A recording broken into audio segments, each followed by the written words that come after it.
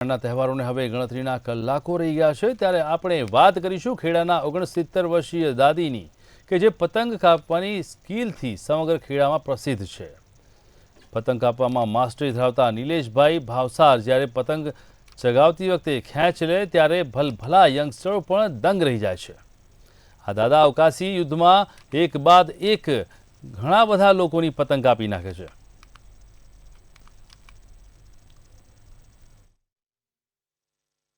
દર ઉત્તરાયણ વખતે નિલેશભાઈની ને મારું ઘર નજીક હોવાથી હું મારા ધાબેથી સ્પેશિયલ એમનું એ જે પતંગ કાપે છે બધાની એની પર જ નજર હોય છે અને એમની જે સ્ટાઇલ છે વર્ષોથી હું નાનો હતો ત્યારથી એમની એ સ્ટાઇલ પર જ હું ટ્રાય કરું છું પણ થતો નહીં મારાથી।